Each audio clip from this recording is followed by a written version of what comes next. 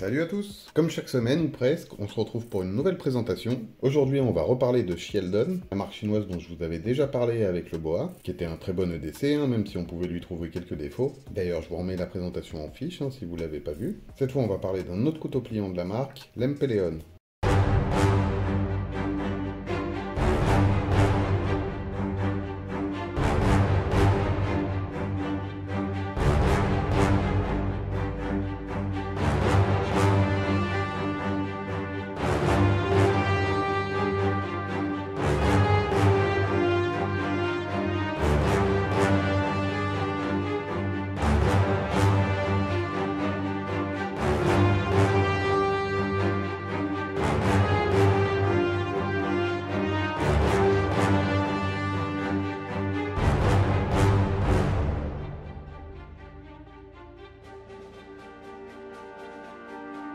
Comme d'hab, commençons avec les caractéristiques. On a une longueur totale de 20,4 cm, une longueur fermée de 11,4 cm, une longueur de lame de 9 cm, une épaisseur de 3 mm, le tout pour un poids de 95 grammes. La lame drop point est en D2, avec une finition en titane qui est très réussie et qui est censée améliorer la résistance à la corrosion, la chaleur, etc. On a une belle émouture plate qui permet d'avoir un tranchant vraiment très fin. Et au niveau des marquages, ça reste assez sobre. On a le logo ici, l'acier ici, là le nom du modèle avec le nom du designer, Django, qui est un designer interne de chez Sheldon, et le numéro de série. Au niveau du manche, on a des plaquettes en G10 sur des platines en acier inox qui sont ajourées. Le G10 c'est bien texturé, pour l'esthétique mais aussi pour donner un peu plus de grip. On trouve un trou pour une dragonne ou une paracorde et un clip qui offre un port vraiment pas discret pour le coup. C'était un des défauts du Boa et on le retrouve encore ici. Et en plus de ça, il n'est pas réversible.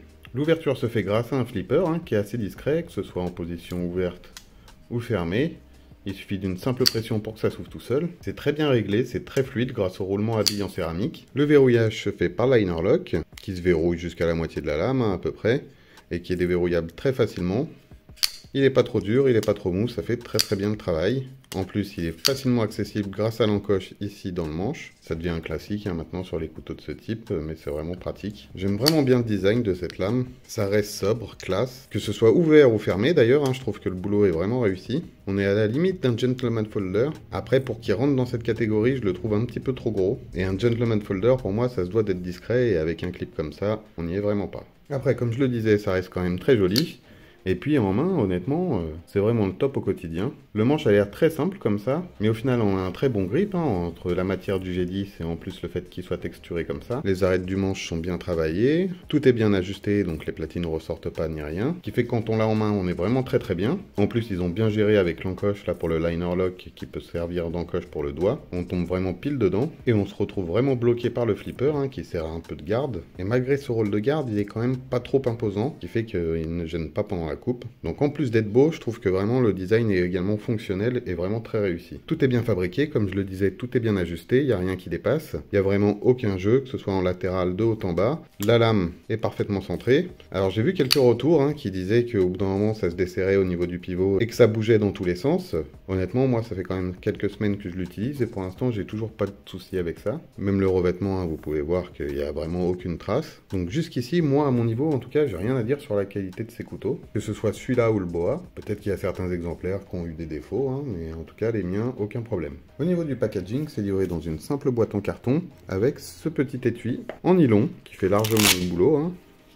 Et qui a le mérite d'exister, surtout quand on voit la qualité du clip. Donc comme le Boa, vous l'aurez compris, on est sur un très bon petit couteau EDC, dans un autre style. Comme je le disais tout à l'heure, on est presque sur du gentleman folder, ça reste sobre, classe. Il est agréable à utiliser, il est très fonctionnel, avec son tranchant très fin et sa lame très polyvalente. Un couteau vraiment top pour le quotidien. A voir ce que ça donne sur le long terme, au vu des commentaires dont je vous ai parlé tout à l'heure. Mais bon, c'était un commentaire sur je ne sais combien, faut vraiment relativiser. Mais des fois, ça vaut quand même le coup de les prendre en compte, ces commentaires-là. On en reparlera bientôt pour un autre modèle, où là, j'aurais vraiment dû prendre en compte les commentaires. Voilà pour cette présentation, j'espère que la vidéo vous aura plu, que je vous aurai aidé à mieux connaître la marque Sheldon, et éventuellement donner envie de vous y intéresser. On est sur un couteau qui est compris entre 60 et 80 €, donc honnêtement, s'il vous plaît, il n'y a pas de raison d'hésiter. Maintenant, je vais vous mettre à contribution, et puis je vais vous demander de liker, de commenter et surtout de vous abonner si c'est pas déjà fait. Moi comme d'habitude je vous laisse avec les tests de coupe et puis plein de petites photos sympas du couteau et on se revoit très vite pour une nouvelle présentation. Ciao!